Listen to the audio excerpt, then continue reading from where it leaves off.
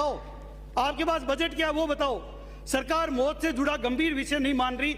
आज कितनी मौतें बढ़ जाएगी। ये प्राइवेट हॉस्पिटल इलाज करने से मना करेंगे, डेली झगड़े होंगे। आज ये चिरंजीवी में कोई इलाज करवाने जाता है तो उसको भी वो कहते हैं पहले ओटीपी जनरेट होगा, और रात भर तक ओटीपी जनरेट नहीं होता। जयपुर राजधानी में कह रहा हूं मैं, रात भर ओटीपी जनरेट नहीं होता।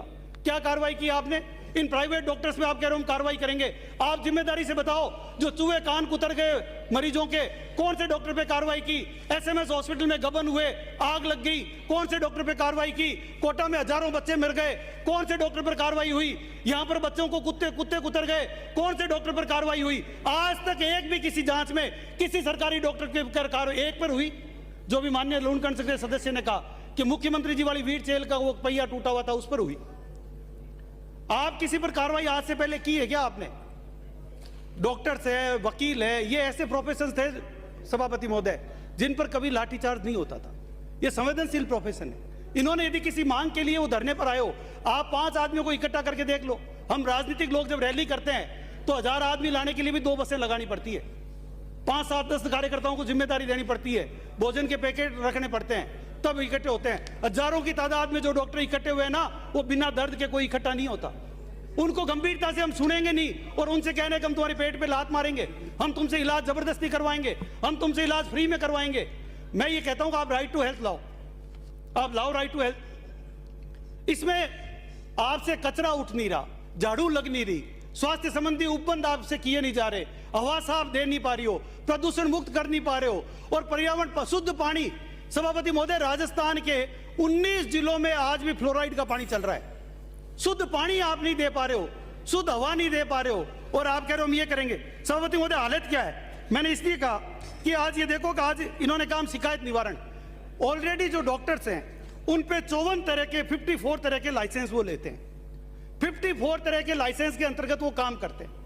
आपने चारों तरफ से उनको जकड़ रखा है। अभिमन्यु का चक्रव्यूह में भी 7 चक्रव्यूह थे, ये 54 लाइसेंस लेकर काम करते हैं डॉक्टर्स। 54 तरह के लाइसेंस के बाद में फिर आप कह रहे हो अब एक नई अथॉरिटी बना देंगे, हम उनका गला दबा दो ना, उनको कह दो तू डॉक्टर बन के राजस्थान में आ गया, तुझे फांसी देंगे। आप ये विज्ञापन दे दो। आप क्या कर रहे हो ये समझ में नहीं आ रहा। आप प्राइवेट प्रैक्टिशनर प्रोफेशनल, आप सरकारी हॉस्पिटलों को मजबूत करो, अपने इंफ्रास्ट्रक्चर को मजबूत करो, अपनी लैब्स को मजबूत करो। आपने आरजीएचएस में आपने इंजेक्टेबल्स बंद कर दिए, वो आपसे दिए नहीं जा रहे। आप कह रहे हो पहले एडमिट होना पड़ेगा तब इंजेक्टेबल्स देंगे। आपने क्या किया? एमआरआई में 2900 रुपए के एमआरआई कर दी। सभापति महोदय, 2900 रुपए में एमआरआई कर दी, बाहर 6000 में हो रही है। एमआरआई में 5 फिल्म आती है। जहां भी चिरंजीवी में इलाज कर रहे हो 3 फिल्म दे रहे हैं, वो भी कागज में प्रिंट आउट दे रहे हैं। इलाज काहे का करोगे आप? जब इस तरह का इलाज आप राजस्थान की जनता का करना चाहते हो, आप क्या सोच रहे हो जनता बेवकूफ है? ये चुनाव का झुंझुना इस सदन के बाहर भी नहीं निकाल पाओगे। ये कल जिले बनाए 19, रेवड़ियां बांटी, आज राजस्थान का हर गांव कह रहा हम भी जिला बन जाते, हमको तो जिला नहीं बनाया। 5-7 जिलों की जरूरत थी, हम भी समझ रहे थे 5-7 जिलों की घोषणा करते। 19 जिला बना के जो झुंझुना पकड़ाते हो ना, चिरंजीवी का जो झुंझुना पकड़ाया, आरजीएचएस का झुंझुना पकड़ाया, और अभी राइट टू हेल्थ का पकड़ा रहे हो, पहले आरटी का पकड़ा रहे हो। मेरा दावा है सभापति महोदय, मैं बस खत्म कर रहा हूं, कि एक इंडिपेंडेंट एजेंसी से सर्वे करवा लो। चलो हम तो विपक्ष में, आपको हमारी बात उचित भी नहीं लगती, आप मानोगे भी नहीं, आपके विधायकों से सर्वे करवा लो। जिन लोगों को आप फायदा देने की बात कर रहे हो, वो पानी का घूंट पी पी कर आपकी सरकार को गालियां बक रहे हैं। और यदि इतनी गालियां नहीं बक रहे तो इतनी घोषणा क्यों कर रहे हो? यदि इतना कॉन्फिडेंट हो कि तो फिर इतनी फर्जी घोषणाएं क्यों कर रहे हो? हर दिन एक नई घोषणा, फर्जी घोषणा, जमीन नहीं है, बजट नहीं है, आधार नहीं है, और केवल घोषणा। सभापति महोदय, इसलिए मैं कह रहा हूं कि बिना आधार के इनको करना, आप डॉक्टर्स की शिकायत का एक सेंटर कर दो, सारे उपबंध खत्म कर दो। आप एक सेंटर्स कर दो, किस जगह पर शिकायत होगी, पुलिस में शिकायत, यहां से जहां शिकायत हुई वहां अंडर टेबल डील होती है। कोई शिकायत फ्री में बंद हो जाती है क्या? आपके ये क्या कर रहे हैं सीएमएचओ? एक भी सीएमएचओ भ्रष्ट नहीं है तो बता दो, आप जांच करवा लो इनकी। क्यों आपने मंत्री बनते ही सारे बदले? आपने कहा ये सब चोर है, आपने खुद ने कहा, और फिर सबको बदले। जब आप इनको चोर मानते हो और इन्हीं से आप काम करवाना चाहते हो, और जब आप इधर आ जाओगे ना, जब वो आना तय ही है आपका, जब आप विपक्ष में आकर कहोगे, तब कहोगे कि साहब ये राइट टू हेल्थ हम लाए थे और इसमें हमने ठीक से किया होता तो ऐसे हो जाता। इसलिए आज आपके पास समय है, इसको रोको, इसको ठीक करो, और इस बिल का नाम बदलो, ये राइट टू ट्रीटमेंट करो, ये राइट टू हेल्थ नहीं है। बहुत बहुत धन्यवाद सभापति महोदय। दूसरी दिव्या मदेरणा, श्री जोगेश्वर गर्ग। सभापति महोदय धन्यवाद। बहुत ही महत्वपूर्ण मसले पर चर्चा हो रही है सदन में। स्वास्थ्य का अधिकार, जीने के अधिकार के अंतर्गत स्वास्थ्य का अधिकार भी इंसान को मिलना चाहिए, भारत के हर नागरिक को मिलना चाहिए। राजस्थान सरकार उसको देने का प्रयास कर रही है, उसके लिए तो मैं अभिनंदन करता हूँ। लेकिन जो इसमें हो रहा है, इससे पहले भी हमने कुछ स्कीमें दी है। एक RGSS स्कीम दी, इस सरकार ने दी, और उसमें सरकारी कर्मचारियों को भी, रिटायर्ड कर्मचारियों को भी, उसमें पेंशनर्स को भी कवर किया। उनकी जो दुख दर्द की हालत है वो शायद सरकार तक पहुंच नहीं रही है। मेरे विधानसभा क्षेत्र में, मेरे शहर में, मेरे कॉलोनी में रहते हैं श्री राम जीवन जी फिड़ोदा, एनफोर्समेंट इंस्पेक्टर थे इसमें सप्लाई में, रिटायर हो गए। उनकी पत्नी राम प्यारी जी को हार्ट की तकलीफ हुई, एंजियोग्राफी करवानी थी। जोधपुर के श्री राम हॉस्पिटल में भर्ती हुए और RGHS का कार्ड अपलोड नहीं हुआ,